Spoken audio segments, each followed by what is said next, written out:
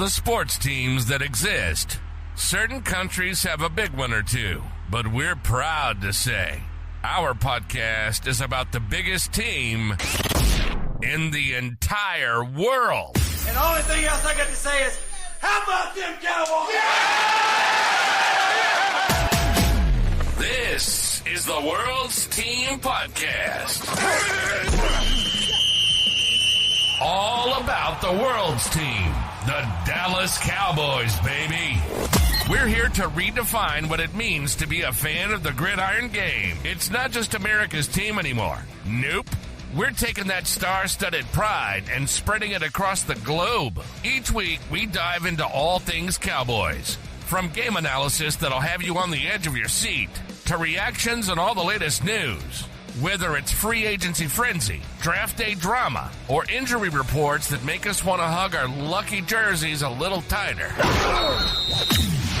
We're bringing in fan groups from all over the place, from Germany, France, Brazil, the UK, Canada, Japan. Everybody gets to share their 2 cents on America's favorite team. And here we go. America's team, Mexico's team, world's team, my Dallas Cowboys. And now your hosts, Paul Stewart and Mike Poland.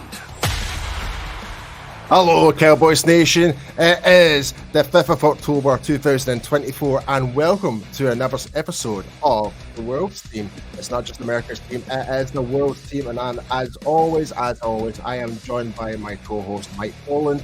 You can find him on bloggingtheboys.com. But yes, Mike, how are we doing?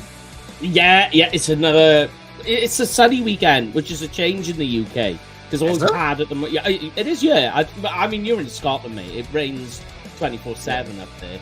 I mean, a dry day up there is when the clouds just break for a minute. Oh, no, dry day for me is like pretty much Seattle weather 24/7, to be honest. It is like Seattle. But how are you? How is the Scottish Claymore? I'm doing not too bad. A bit nervous for this upcoming game, but hopefully we can dive into this game, and hopefully our special guest, our longtime good friend of ours, can actually kind of ease our minds a little bit, try and break down this game. But without further ado, you know him from CFO Sports. He is well renowned on Twitter, really one of the most passionate Cowboys fans on social media. It is no other than Mr. JTuck. How are we doing, bro? Hey, what's going on, my guys? Long time no see, man. I know you guys is probably late over there on your side of the pond, but overall, man, good. Excited that we have football. The Cowboys are going to kick out for an old school rivalry versus the Steelers. I was supposed to be in the building, but one of my best friends is getting married and he wanted me to be in the wedding. So I guess friends come first over Cowboys and Steelers. But, man, I'm excited for Sunday night. Thanks for having me.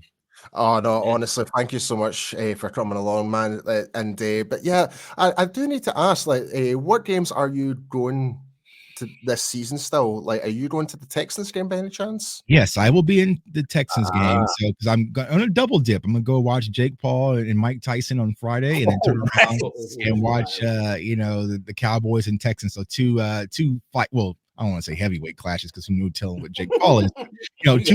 Two good matches for AT&T Stadium. I will also be there for Cincinnati. I might do Washington now because the Washington Commanders are looking pretty good. I kind of kept that. Okay.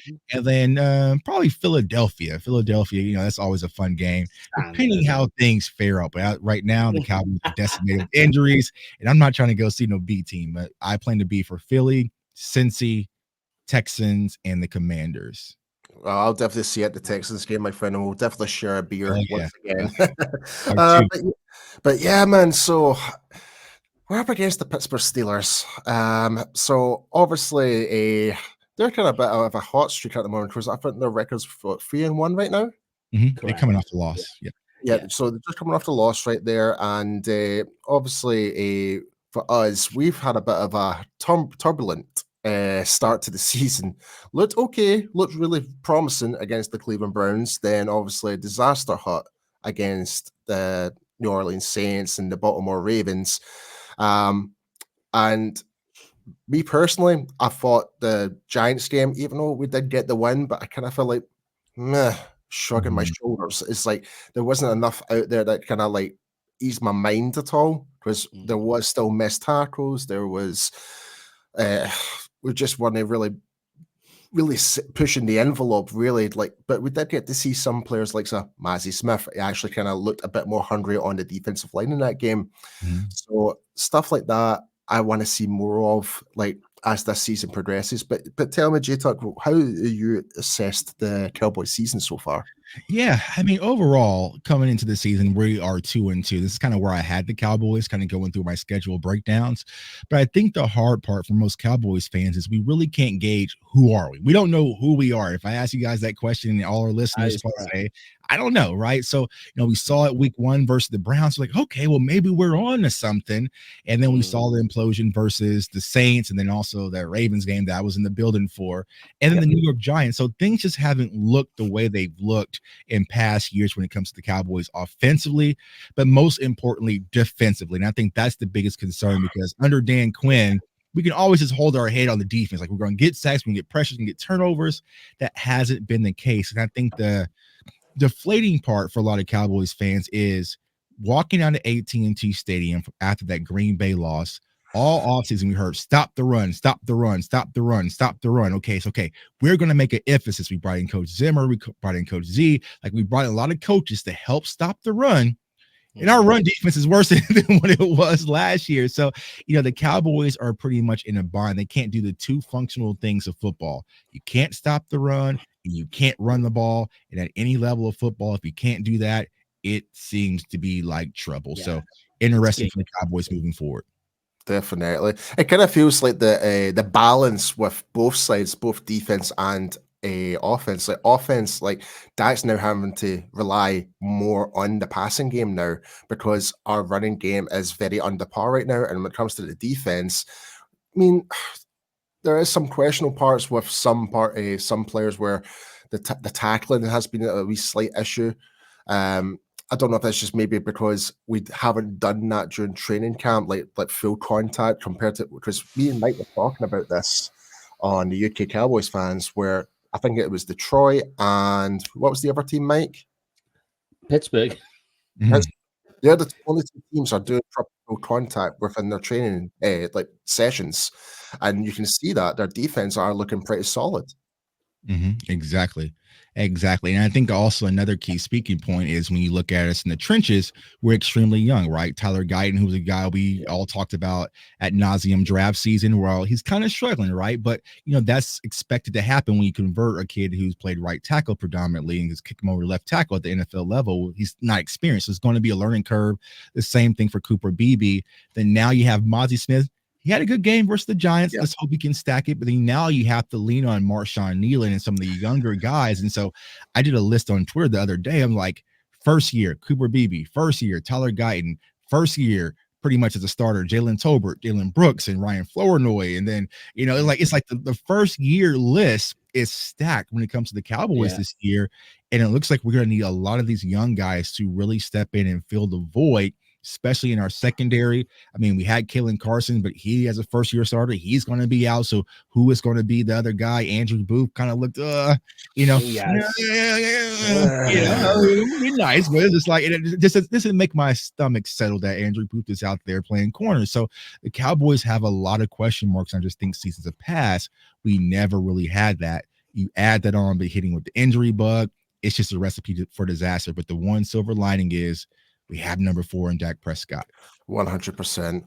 Like, if that's one thing, like, Dak is still keeping us in the game regardless. Like, even when you look at that Baltimore game, like, the dead was essentially gone in that third quarter. Like, I'll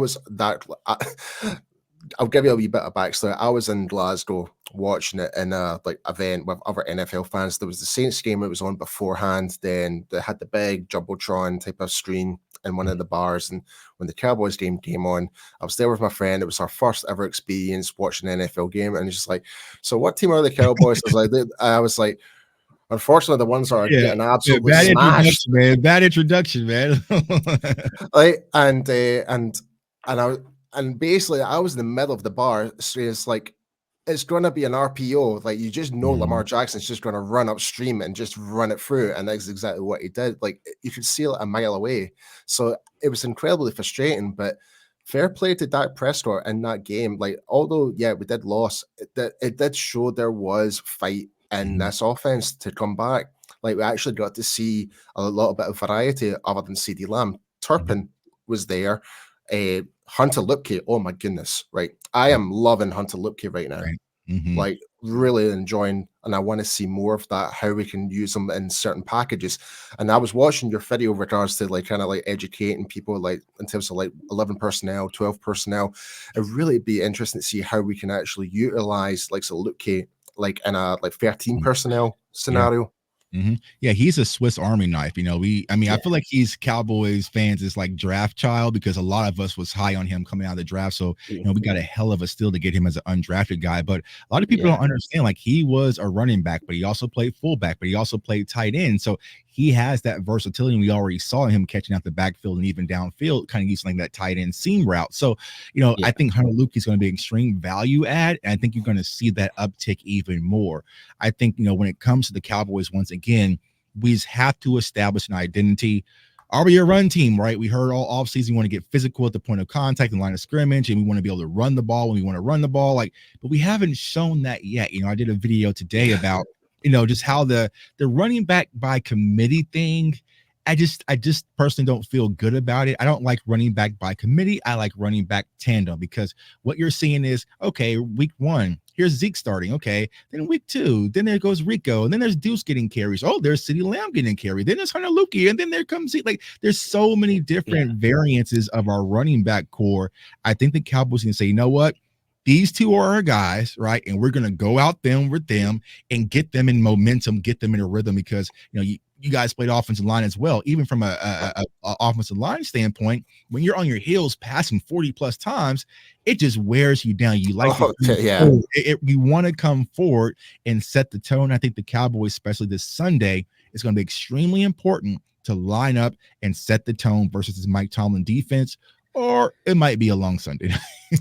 No, I mean, like, one of the things I was talking about before when they got Hunter Lipke, everybody was talking about, oh, you know, West Coast offense, and Mike McCarthy loves his fullbacks. And I was like, well, what you've got to look at, go back and watch the tape of Lipke in NDSU. And what is not being talked about enough was his receiving ability. Like, he was a really good pass catcher for them. And you're seeing that. And so much so that Dak even put not the ball, well, he put it down really on Lipke's shoulders, where it was 3rd and long, and he just went, I'm going to trust Lipke to make this play. And he threw the ball to him, makes the catch, and he gets the first down. And it's little things like that then that build momentum between a quarterback and a receiver. You know, I know he's a fullback, but receiver. And it's the trust is what it's all about. You start building that with him and Lipke, I think it's going to go a million miles. Yeah, exactly. And I think, you know, we spoke about the young core. I think that's the one thing that kind of gives you some optimism, is because that is the one thing. Dak is going to trust you, right? So whether it's Jalen Brooks or whether it's Ryan or Tolbert, he is going to give you the opportunity, kids, to go out there and make a name for yourself at the NFL level. So all you have to do is show up and show out. So the opportunity is going to be there on the offensive side of the ball and the defensive side of the ball. Because like you said, Mike, it's like, you sit back and you watch games on the line, like, oh, I mean, do you want to go to Hunter Luke? I mean, but he goes to Hunter Lukey. Like, he'll go to John Stevens. He'll just go to where the play is designed to go, and it's up to that player to step up and make a play. So it's going to be a lot of opportunity for these young kids on Sunday to go out there and make a name for themselves. Here we go then. I got a question for you both, right? Based on the 4 games we've seen so far this season, what grade would you give Dak for what he's done so far? Oh. I would say probably a B-. That's I was thinking like kind of B, because he hasn't turned over the ball that much compared to other like Justin Fields, I might add. Right. Yeah. Who Mike, you've mentioned obviously before, like he has fumbled the ball. What is it, 4 times? Well, he leads the NFL in fumbles in the quarterback position. Yeah. Yeah. And I think when I personally look at Dak, I see the veteran Dak, right? It's kind of like, we've always saw it from the opposing side. We saw the veteran Aaron Rodgers and the veteran Drew Brees. They just knew everything. Like, they're just comfortable. The Tom Brady's. I felt like Dak is starting to ascend into that mode where it's just like he's seen it all before. He's poised. He can make the proper reads. He can make the proper calls. I mean, he's running the slide protects from the audibles for the wide receivers. Yeah. He's in full command of the offense. And, even if you go back to some of the bad losses, let's talk about the Saints, right? If Jalen Brooks doesn't slip, maybe things in a little bit different, so it's like those plays. So Dak is really in sync. Now it's time for everyone to step up, offensive line, wide receivers, also the running back core to come and help Dak, because he can't be Superman. This is a talking point, this week, but he can't be Superman. But with Brandon Cooks and some of his injuries, he might need to just try, a little try. You know what I'm saying? See if you can going to apply a little bit, Dak. We're definitely going to need you. So. Well, I mean, like, just the reason I was asking that question is it's funny that you hear the pundits, the analysis, even some of the fans, they're all anti-Dak. And it's weird because, and I put this on Twitter, it's really ironic that you see this. And then all of a sudden, they'll ask a player, in the league currently, Aaron Rodgers, it'll be a running back, an offensive lineman, and it'll be like, who's a quarterback who you feel is not getting the respect or is underrated? And every time the same name crops up, and it's like, how come you guys who don't play the game are watching it and say he's no good, but yet all the players that play against him say he's one of the best quarterbacks in the league? There's a simple answer to that, mate. It's a simple answer to that, mate. It's because he plays for America's team and the world's team. That's why. Yeah. Well, that's a simple answer. And I think it just comes down to taste buds, right? It's like if I hand someone some wine, right? Not a lot of people, unless you're a wine connoisseur, know how to really appreciate wine. So it's a lot of people who are beer drinkers and vodka, and they're like, this is gross, right? But those who kind of appreciate it, they understand. It's the same thing when it comes to Dak Prescott. If you really understand and sit back and watch what he's doing to the moment he goes up to the line of scrimmage, it's almost like a masterpiece, right? But the average football fan, there's not a lot of loop-de-loops. There's not a lot of, Jalen Hurt, Lamar Jackson scramble out, big run. Like, it's just not exciting from that standpoint. But if you watch it from the eyes up, the mind of Dak Prescott, the things that he's doing, like Cooper Beebe, salute to Cooper Beebe. That's my neighbor. And salute to the Beebes here. I was on the plane when we flew to the Baltimore game together. And he said that Dak Prescott told Cooper, is like, don't worry about setting in the line protections or anything. I got it. I'll set the protects. You just snap the ball and be physical. Now imagine the type of pressure that takes off your rookie center. Like, I ain't got to look at the mic. I ain't got to do all the IDs. Dak has it. So it just shows the, what he really brings to our offense. But, of course, the trolls and the pundits, they're never going to appreciate that. So. They don't see the intricacies. You are right. Mm-hmm. Yeah. Definitely. Well, let's kind of move on. Let's dive in a little bit of history about the head-to-head with the Dallas Cowboys and Pittsburgh Steelers. So we're coming up for the 34th game in the history of the Steelers and Cowboys. All-time series, the Cowboys lead 17 games to 16 as of right now. In terms of the largest victory, in terms of games in a row, Cowboys were biggest win is 52-21 from 1966, and for the Steelers was 37-7 in 1961. In terms of the win streak, is Cowboys won 7 games in a row against the Steelers between 1965 and 1972.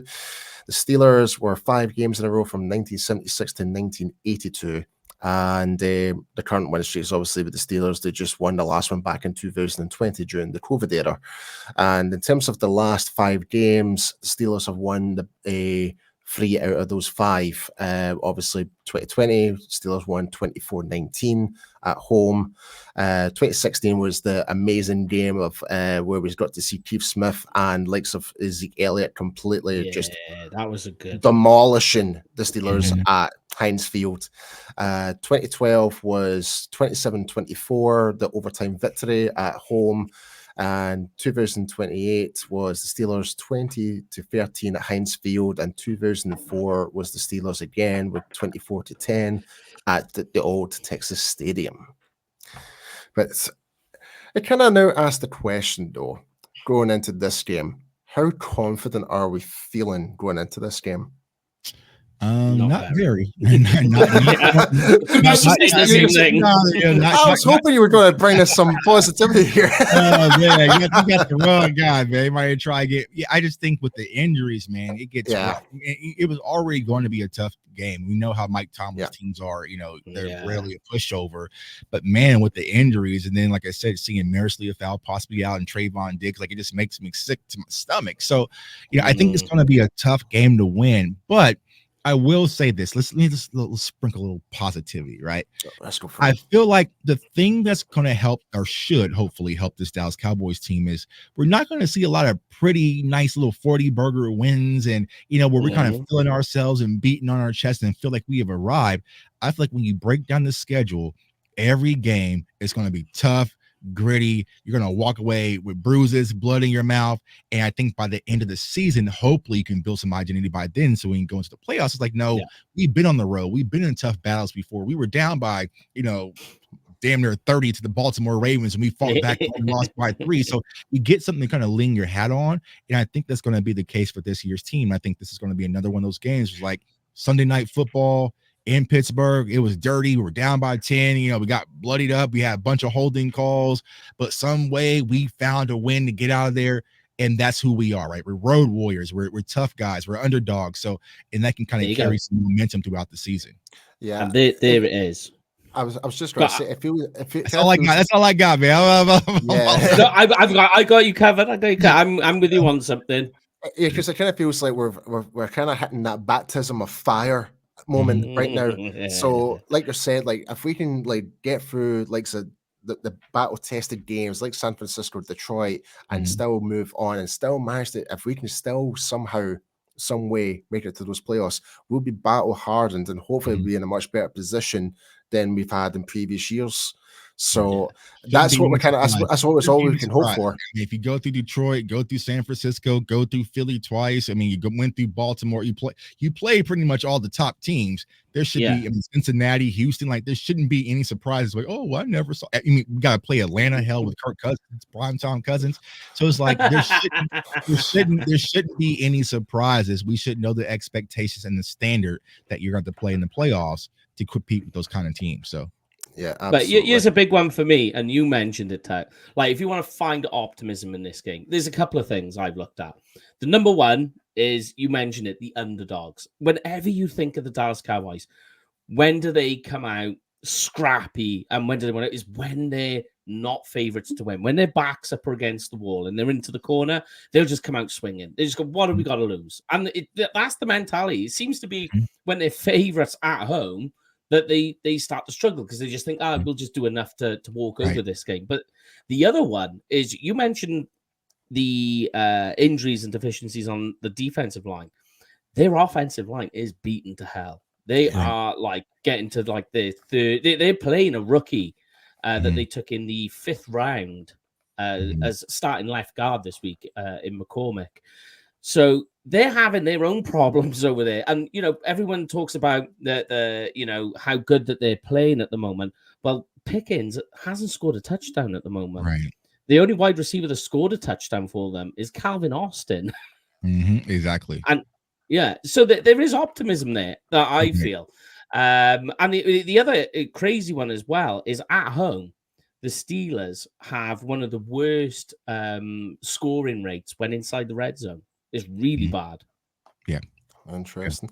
Yeah. Well, so before we do go into more of the breakdown of the game, we'll be back in one moment as we give a big shout out to our sponsor.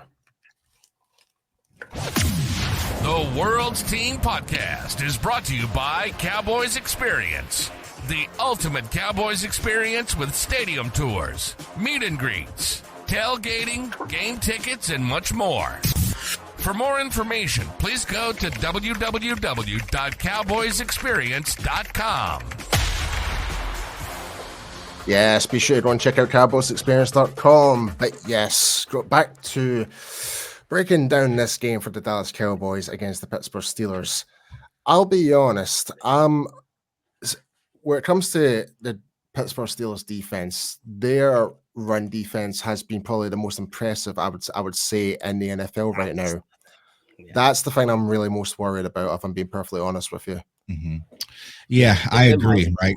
When we know it starts and ends with TJ Watt, right?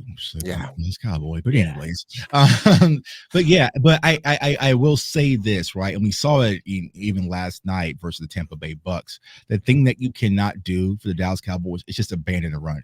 You have to run the ball. Like you have to establish the run, because I feel like what's been the big Achilles heel when it comes to the Cowboys this season, especially in our losses, is these teams are able just to rush 4, still get pressure, and drop 7 in these soft zones and bracket CeeDee Lamb and keep everything in front, because there's no run game threat. So in order to set the play action, in order to, set up the deep shots, you have to bring those linebackers up into the box a little bit. But everyone's comfortable. I mean, the Saints was comfortable. I mean, I don't even think the Ravens even blitzed at all. I think they were just like reasonably sent 4, and Kyle Van Noy just went crazy. So you have to establish the run, screen games, RPOs, draws. Like you have to mix it up and get more creative in the run scheme. And so I think the Cowboys have to commit to it, even though the Steelers are a good run defense. You can't just abandon it, because that really makes Dak have to go into Superman mode, which we definitely don't want to do. So it's going to put him in a bind. I'm glad that you mentioned like the screen passes, because that seems to be one thing we've managed to do with our running backs, is utilize the screen pass, and we actually had some good, like half decent gains on that every time we tried to attempt that. I mean, we saw it from Deuce Vaughn, we've seen it from likes of Dowdle, we've seen it from even Hunter Luke. Well, not Hunter Luke per se as a screen pass, but it's more of a different type of route run. But we are still trying to utilize them, but we're just not in terms of like rushing the ball, and that's the concern, especially if you try to hit up the A gap or the B gap. It seems like the window of opportunity is closed immediately before you even hit the line of scrimmage in the run game. So, and that kind of goes down to the offensive line in that regard. The offensive line specifically. Yeah, the offensive line, but also not having a running back, quote unquote, that can go and create his own running lanes, right? So that's the one thing we're missing with Tony Pollard, right? Tony Pollard, there might not be a hole, but he can cut on a dime and make one. We just don't have that guy. We thought that Deuce was possibly going to be that, but he hasn't shown that at the NFL level. In college, he was amazing. So yeah, you got to mix things up. Mike McCarthy, if you're listening, I'll give you a free nugget. Here's a free play for you. All right, here you go, Mike McCarthy. Write this down. You put Hunter Luepke at the tight end position and run a tight end screen with Hunter Luepke. Bang, there you go. Free nuggets. Free yards right there. There you go. You kind of kill 2 birds with 1 stone. Besides giving it to Schoonmaker, you can give it to Hunter, and Hunter, when he gets the ball, he can go downfield. Free play. There you go. Take it and leave it. Mike McCarthy, you're welcome. Have at it.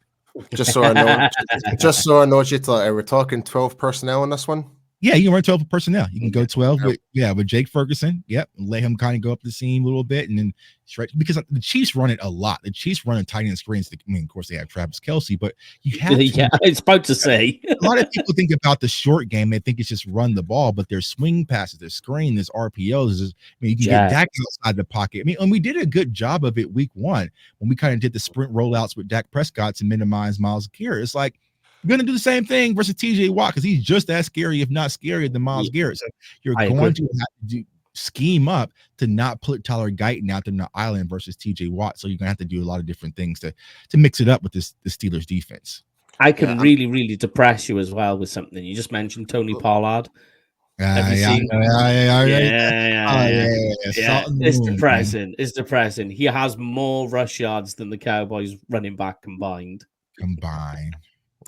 Pollard, he's the man. Always one with the statistics, Mike. Yeah, man. But think about that, right? Even look at our running back room. Who scares you as a defensive coordinator? Like I even knew it when I was playing Madden. I was like, man, this running back room doesn't scare anybody. Like we just don't have anyone to put you on your heels, so that's why you're going to have to get creative. So. Yeah. So I mean, here's one for you both as well, and I got another question for you.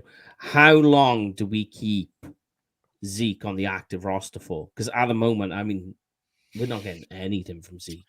Well, I don't think we're not getting anything from Zeke. We're not getting any opportunities. Like, I mean, Zeke, for Zeke, there's opportunity. I agree. Zeke only had 5 snaps, I believe, last game. Like that's ridiculous. Like, come on, because here's what I've been saying on Twitter, and it's been a lot of conversation pieces. Love Zeke or hate him, right? We passed on multitude of running backs in free agency. We passed on, I know, Mike, we broke down so many running backs in the draft. We passed all of them to bring Ezekiel Elliott back, and that's what Jerry said out of his own mouth. And you give him 5 snaps total in the game? Yeah. So it's going to be to the situation where you're going to have to use him or move on. And I just don't understand the Cowboys' thought process, because we all know Zeke is a volume guy. What is he going to do with 3 carries? Like, and I think he still had 19 yards, where he had 1 for 5, 1 for 7, 1 for 8. But what is he going to do with 3 to 4 carries? Like, what do you expect anybody to do with 3 to 4 carries? So that goes back to what I was saying earlier. Pick your guys and stick with them, right? I feel like right now the Cowboys are going to have open tryouts. No, find your 2, find your tandem, whether that's Rico and Deuce, Rico and Hunter, Zeke and Hunt, whoever that may be, right? I don't care. You get the job done. Find your tandem and you go out there, because the Cowboys are trying to go out with this running back versus committee thing. And like, we didn't do this last year. I mean, we had Deuce on the roster last year, and he was inactive for majority of the season. So it's like, they shut him down. You went with Pollard and you went with Rico. That was your tandem. Do the same thing this season, because you don't need to have Rico, Deuce, Zeke, Hunter. You have 4 active running backs on game day. That's way too much. And you think as well, add what Lambda's in the backfield occasionally, right? Exactly, right. And Turpin on the jet sweeps, right? Exactly. And then you have Dalvin Cook just chilling on the practice squad. So it's like, Yeah, that's a question. That's a pure enigma question. That one. What is the future for Dalvin Cook? Are we going to elevate him? Who's going to get pushed down? Like I think he's going to get poached. Mm-hmm. Yeah, that's what I think. I think that's what he's waiting to get poached. Yeah, it was a sick joke to me that he finally gave me Dalvin Cook and just kept him in the practice squad. It's a troll. It's a troll job, right? And all of a sudden, we'll look up and he'll be in New England or something. And like, okay, it was fun while it lasted. I got to see some practice. Oh, don't even say that, JTuck, because if that's one thing, like, well, maybe not so much with the new head coach at New England, but if it was under Bill Belichick, he's managed to utilize like running backs in that type of running back by committee in a more effective way. Mm-hmm. Like, was it Legarrette Blount? Mm-hmm. Like prime example, Rex, Burkhead, etc. Like they're not your typical, like they're not starters, but they would always contribute to the team. Yeah, but that's what you got to look at. I think a committee works, but it's got to be like a basketball team for me, that you've got to have a mix of different talents, that they've got to be, although you're playing one position, there's got to be a nice melting pot of different things. You can't have all of the same type of thing. Otherwise, all you're doing is you're just defending the same type of guys, kind of like what Clemson went through with their wide receiver core. They were just all the same, so you become easy to defend. In some way, I do agree with you on that one. In some way, I disagree, because when you look at Cleveland a couple of years ago, they had Nick Chubb and they also had, what's his name? Kareem Hunt. Had both of them at the same time, and both of them were just like, you just got one guy. That was a tandem. That was a tandem, right? That's dose. That's not 5. Like, because but I still think that they're different. They're different types of running backs, though. Yeah, and plus, Kareem Hunt was coming off a situation with Kansas City, so he was kind of mercenary. But the thing about what we had Zeke and we had Pollard. Like, it was a completely different. Like, it changed things. Like, okay, we have Zeke, who's kind of our thunder, but then we had a lightning. It's like Rico, Zeke, thunder. Where's the difference? It's not that big. That's literally how we're describing it. You're playing Thunderstruck by AC/DC. This is so up and down right now. Exactly. Our running back room is Thunderstruck, because it's a little bit of everything. You just don't know. No. And then you add one to starting to getting 4 carries. Like, how do you go from starting week 1 to 4 carries? I don't know. Yeah. And then you talk about Dalvin Cook. If you said like we'll add Dalvin Cook to it again, like you're still playing around with a similar bracket type of running back. It just doesn't make any sense to me. I'd like to have, like you say, what they had with Zeke and Tony. Whenever I like to see, if you're going to go with the committee and you talk about Bill Belichick, that's what he had. He had a different collection of types of running back. So that's true. That messes everything up. It messes defenses. And also the usage, right? If you're going to go empty and flex out a running back, well, that's supposed to be Deuce. That's not supposed to be Zeke flex. Yes. The usage, the personnel, like everything's just clunky when it comes to a running game. And we just have, I'm like, why do you have Zeke flexing? I'm like, no one's getting on their, like, no one's going to put a corner on Zeke. Like, so I don't know. But it needs to be fixed immediately, especially this Sunday going to Pittsburgh. It's like, I'm going to use this is going to sound very harsh, right? Say you've got a beautiful Mercedes car, right? and it's all built with all the different parts, right? And one of those parts fail, you replace it with a part from Temu or from AliExpress.com. That's what it feels like. That's a perfect analogy, Paul. We are using cheap screws. And it's saying like, hey man, like, can we get away with it? Like, yeah, you can get away with it for probably about 3 to 4 weeks, but then it's gonna fall apart. Exactly. All right, man, that'll work, man. That'll work. Just wait till I get my tax refund, and then I'll get some real screws. Like, you're putting Temu screws on a Ferrari, and in important. Like, you look at this Cowboys team. We have cheap screws everywhere. There's cheap screws, and then unfortunately, we heard comments today, and now the foundation is shaking. We were wondering why, because you didn't get the real nuts and bolts, man. Yeah, I know, that's crazy. Kind of sticking to with the run offense and the Steelers run defense. If there's a player I'm going to keep a close eye, and I know you did a lot of research on this guy, Peyton Wilson from NC State. That I'm nervous as hell. I'll be honest with you, Tuck. I'm nervous. It's been okay. But it's okay. When you look back at his college film, it's his awareness, it's a lateral speed, ability to actually get to the line of scrimmage is just ridiculous. And this is a guy who's got he's had double ACL injuries and all sorts, and that's and his tackling ability. Oh my goodness! So. That's one thing I'm quite concerned about. I'm sitting here doing the scouting report, this week of the Steelers, and it's just like you kind of just see that one that got away, and it's just like, oh, there he is, man. Like I love everything about this kid. I love his heart, his effort. I mean, his comment that he had when he spoke with Big Game James at the Senior Bowl, he was like, since I had these injuries, he's like, man, I never take a play for granted. I can play every play like it's my last, and it really translated on the film. So yeah, he's gonna be one out there, like there he goes, and they're probably gonna use him in different ways. They use him in the pass rush, but he's sideline to sideline. But I will say this in fairness to the Cowboys, we got a special one too, and Overshown as well. But absolutely. But man, it would have been lovely to have Peyton Wilson and Overshown. But Maris, could you imagine? Yeah, I mean, it would have been fun. It would have been fun. But I love Maris as well, but he's unfortunately, I think he's nicked up as well. But Peyton Wilson is definitely a guy that I look at him just like. I don't think the Cowboys would have ever done that because of like what they had with LVE, Jalen Smith, Sean Lee. It was just never. They were just like, I'm not going through this again. Yeah. Because they are being cautious with Peyton Wilson. If you look, he's only averaging about 20 snaps a game.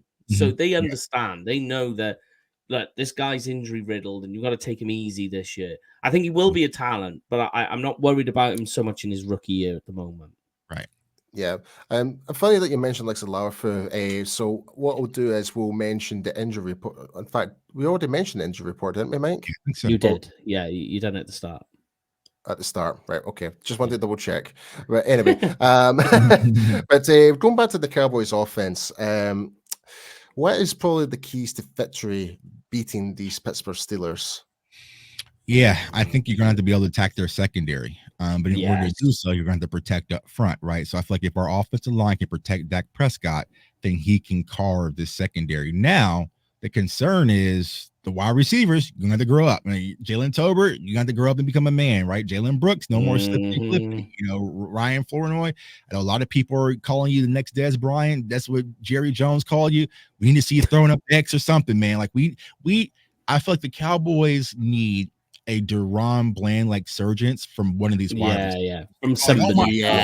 We never saw it coming. Like, there it goes, right? We need one of those, because if not, I think they even talked about putting Brandon Cooks on IR. So I'm like, jeez. I think that's going to be really the key, is to protect Dak Prescott, not let him be pressured all day with TJ Watt. And if he's able to get time back there, he can use his wide receiver core and definitely abuse their secondary, because I feel like that's going to be their weak spot. But they also have another cornerback who got away, who I loved in draft, but Joey Porter Jr. is playing well. But still, outside of that, I still think we're going to have some opportunity. Yeah, definitely. I totally agree with you in that assessment, JTuck. But now for the Dallas Cowboys defense.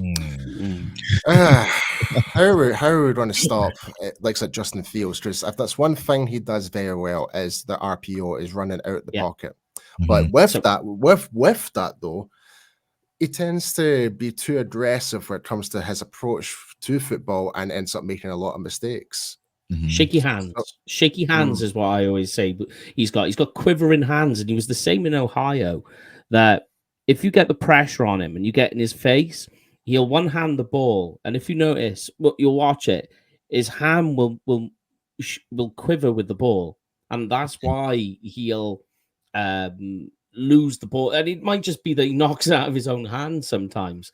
But you do see it a lot when he's moving and he's mobile with the ball, and he's got this quivering. It's a weird hand movement he's got, and I think the way that you beat the Steelers is, unfortunately, is where the Cowboys are weak at the moment. Is getting pressure. Yeah, you've got to get in field's face. You do that, the Steelers will lose.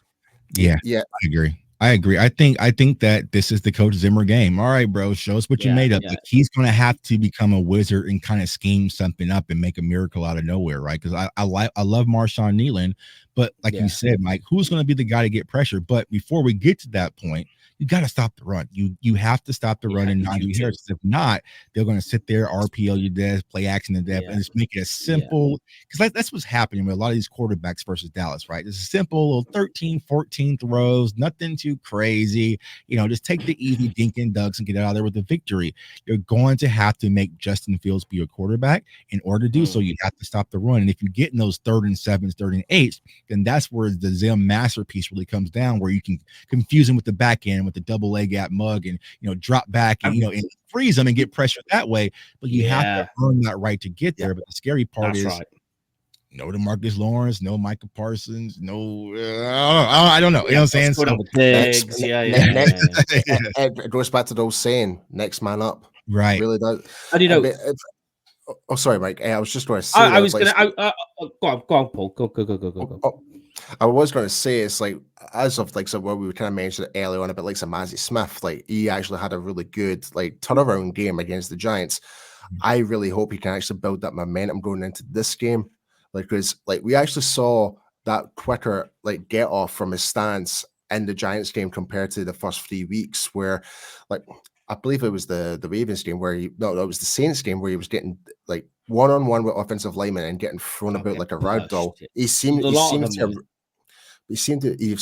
have rectified those mistakes, especially in that Giants game, really like putting the force against the offensive linemen. So if we can actually see that more of Mazzy, it might actually help us out going into this game against like this more depleted offensive line for the Pittsburgh Steelers.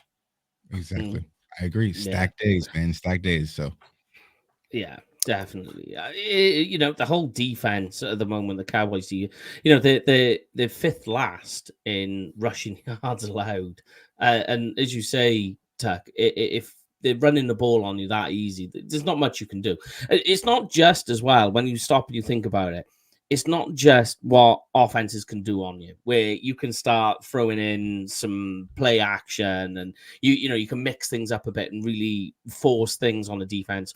If you're able to run on them so freely as well, it completely demoralizes your defensive line and your linebackers, because they're just getting hounded, and it's a psychological problem. Then they're just gassed and they're just demoralized, and it just compounds the whole thing.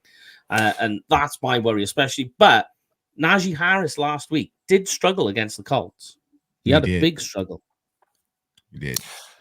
I'm going to add some more. I'm going to try and bring some positive note as well to this, like for this upcoming game. So looking in terms of the head-to-head, in terms of Dallas and the Steelers, in terms of the like after 4 games, their seasonal stats. So in terms of the average points per game, Dallas is 24.3 points and the Steelers are 18.8. So advantage to us in that regard.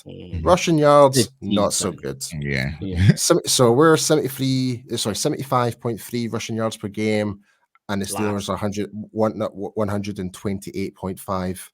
Passing yards, this is the big one for Dak Prescott. 255.5 yards per game compared to Justin Fields' 189.3. And in terms of the turnover difference, we're at +1 and they're at +2. And in terms of the defense, this is where it gets a bit nervy. Right. This is where it's out of whack a lot. Yeah. Our points per game for the defense is 26 points right on the dot, and the Steelers is 13.3 points per game. So In terms of the rushing yards, we allow 145.8 yards per game. Steelers 86.8 per game on average. Passing yards 209.5 for the Steelers, 174.5. So that's a total of 355.3 for the Cowboys, 261.3 yards for the Steelers after 4 games average. 5th best. So there is a little bit of positivity for the offense, but it doesn't look promising for the defense. But yeah, it is a bit. We're just hoping, like you're kind of saying there about Mike Zimmer, because I had a lot of high hopes, especially when you looked at the preseason games where all the guys actually fighting for that roster spot. It's like we were seeing turnovers, we were seeing big hits, we were seeing an actual fire under some of these players' bellies, like really want to try and make it into this team. And that really got me excited. It's like, oh, well, if this is what the backups are doing, I'm really excited to see what our stars are going to do, you know? And it hasn't, and it really has not transitioned into that yet. Yeah, and that was my biggest concern. You know, when I thought about bringing in Mike Zimmer, I thought hellfire and brimstone, but it just seems like he's just been like even with the Saints game, I'm like, you're not gonna. Where's the Cincinnati yells and where's that's the one thing I loved about Summer. Like he was the type of coach that would actually shout at your face to actually give you a straightforward message. We haven't actually really seen Summer actually. Directing his players, so it's like get your head out of your backside and actually do something about it. Like, changing things up as well. You know, you see him changing on the fly. Right. Yeah. There was no adjusting. There was no fire. There was no nothing. I'm like, oh, very stagnated. If that makes sense. Just like I don't know. So I was like, okay, did we get the watered down version? And that was my biggest concern. You know, having a head coach coming in with the entire staff on a 1-year deal. Are we going to get the real? I want the real Zimmer. I want the real Zimmer to say, no, we're tired of you jumping off sides. Get out of there. Put somebody else in. But it just seems like, well, you know what I'm wondering. That was on me. That was on me. You know, like well, okay. Do you know what I'm wondering? Do you know what I'm wondering? Right? Tell me what you guys think. That is this version of Zimmer we're getting different after like the multitude of issues he had as a head coach. Has that changed him and affected him? I think so. You know, I did a few shows with a few Minnesota Vikings reporters. They were like, man, Zim in Minnesota was just like he was King Tool, man. But it seems like right now it's like, but that's not Zim. Like I want Zim. I don't want just happy to be here, man. You know, like I don't want that. Like go out the way that you come in. Zim is not a young coach. Like he's a guy who's been around the league for years. I mean, you were here in Dallas before under Parcells. So that's right. That version, because that's what we need. Like when we are the world's team, sometimes we kind of get full of ourselves. We get to a hey, like we need someone's like, no, you guys play well, but y'all didn't play that damn good. We need to get back to work, you know, and keep them even killed. But I just feel like if Zim's going to be passive, kind of, you know, just taking the blame, and like it's just it doesn't equal success. I don't think it goes over well here in Dallas. So hopefully it changes, but I don't know. The Ravens game, the Saints game, just like he was like I was at the game, he was just chilling, you know. Just plodding along. I can't imagine the disappointment being at that game. I've been perfectly honest with you, JTuck, because there was a lot of good optimism after that Cleveland game, a game that we were supposed to lose, I might add, and we were going home, our first home game, regular season home game, and that was the performance that we ended up outputting there. And and the Saints fans were louder than the Cowboys fans. It felt like extended quarters from the Green Bay game. So when I walked out, that's exactly what I was thinking. I felt like I took a bathroom break at the Green Bay game, went to the Saints game, it was the same exact game, took a little bathroom break, came back, and the Ravens game was like it was like a never-ending Green Bay. No, you're right. Absolutely right. Thought the same thing. It was just insanity. But I'll tell you what, though, guys, let's jump into our predictions now. All right. So we're going to do our score prediction, obviously, but I want to get a wild take bold prediction from each and one of you. So I'm going to throw a really wild one at you, right? It's very unlikely it's going to happen, and I've already used this one before. Mike probably knows what I'm about to say, but I think that my bold prediction is the Dallas Cowboys run offense is going to get over 135 yards. That would be lovely. It would be good. but you can see that it's like unlikely, but it's quite a bold prediction, but that would be amazing. Yeah. All right. Okay, I got one for you. Marshawn Nealand, 2 sacks. All right. I can dig that. I can see that. Yeah. I love Marshawn Nealand.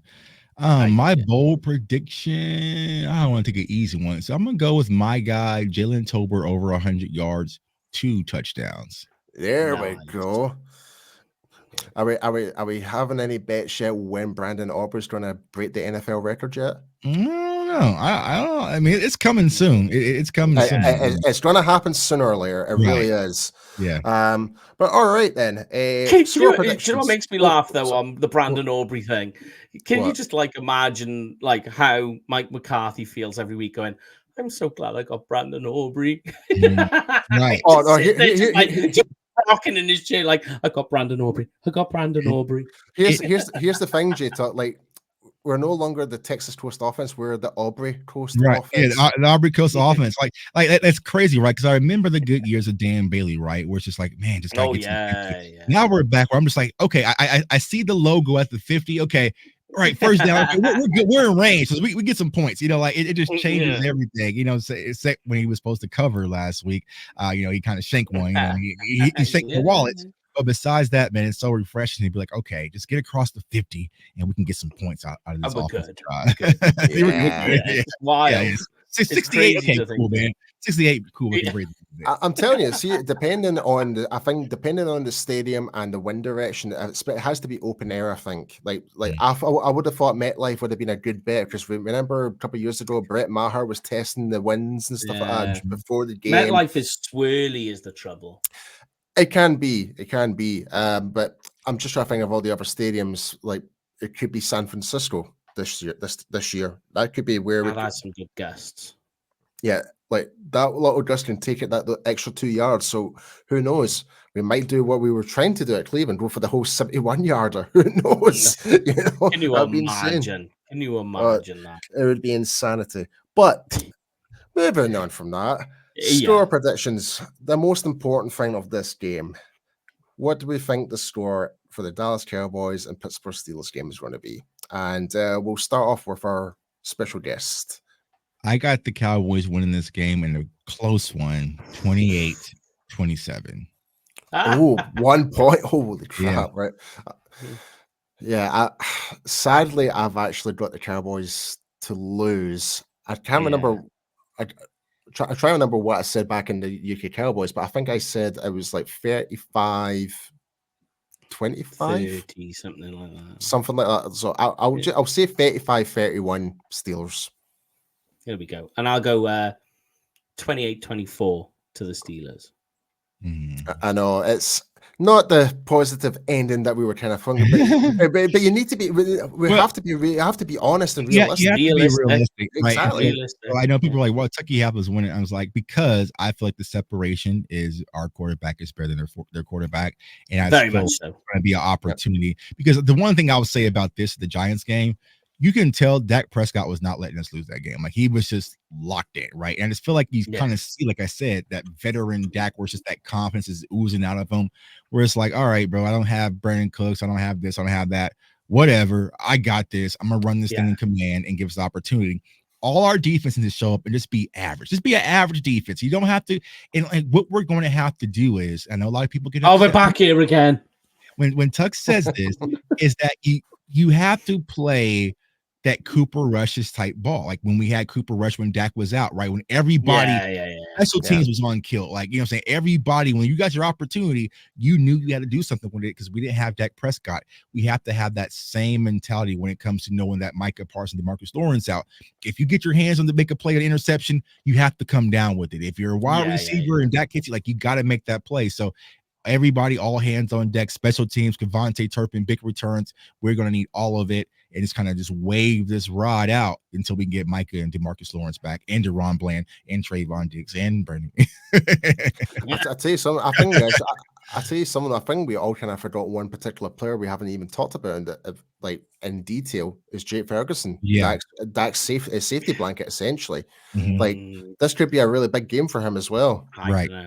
You want it to be, but the Steelers are really good at the moment at defending the tight end. Yeah, especially with Peyton. That's what he does best too. I know. They're like, I think at the moment they rank 5th fewest in tight end yards allowed. They're very good at covering the tight ends at the moment. Yeah. See. Yeah, but they haven't faced Jake Ferguson. Yeah. No, certainly not. Well, folks, that is the tail end of this week's episode of the World's Team. But before we do go, JTuck, please tell everyone where everyone can find you, obviously. Yeah, my guys, thanks for having me. Always a blast, man, talking ball with you guys, man. Yeah, you can find me on all social media platforms at JTuck151. That's Instagram, TikTok, and Twitter. My YouTube channel is CFO Sports. Come on over. We talk a lot of Dallas Cowboys football. We also do a lot of draft stuff. Depending on how this game goes, we might start a little draft stuff a little bit early. So, come over. We do film study. We do a lot of fun stuff over there, man. So, we welcome all football fans, not just Cowboys fans. And I appreciate you guys for having me once again. And I just want to add as well, like, if it wasn't for JTuck, I wouldn't be knowing a lot of this knowledge when it comes to these upcoming players, especially like Peyton Wilson, etc. Oh, yeah. So Mike does an incredible job as well. Like I said, we his spreadsheet. Jeez. We went to like 45 running backs and didn't pick one of them. Like, I gave up. I was like, you know what? Like, index as well. I think I can remember your reaction looking at Mike's spreadsheet when he sent that over. You're like, what the hell? Yeah, Mike taught me how to get organized and modernize my technology when it comes to draft stuff versus having an old little notebook and writing notes and stuff. Now I got an iPad, man. So when I'm watching college football, I can write on my iPad and everything uploads. Like, I'm fully a go, man. Thanks to Mike, man. So I'm ahead of the curve, man. I had to come out my caveman phase of just writing a bunch of notebooks. All the you can put all your little scatter charts in, load them in, and you're like, we're away. Yeah. Well, but once again, JTuck, thanks for coming along to the show, man. And we'll definitely get you back on some point later on during the season. But Mike, also, please let us know where everyone can find you. You can find me on Blogging the Boys and NFL Mocks, or on Twitter, which is at Kenford Cowboy, both with a K. And you can find me at IamPStew on X and Instagram. But yes, folks, like I said, that is the pregame show for the Pittsburgh Steelers and Dallas Cowboys game. Hopefully, we will get this fixed rate and get back on good terms and have a lot more positive things to say going into next week. So yes, but like here, as always, at the World's Team, it's not just America's team, it is the World's Team. And we'll see you guys next week. Have a good one, folks. You've been listening to the World's Team Podcast. There's no other team like it in the world.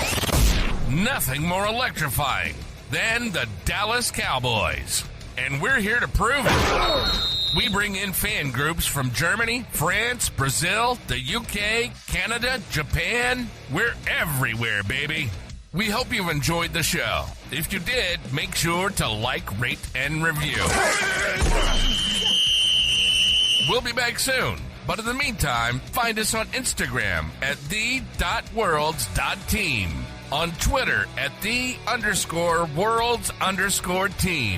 and on YouTube at the World's Team. How about them Cowboys? And the only thing else I got to say is, how about them Cowboys? Yeah! See you next time.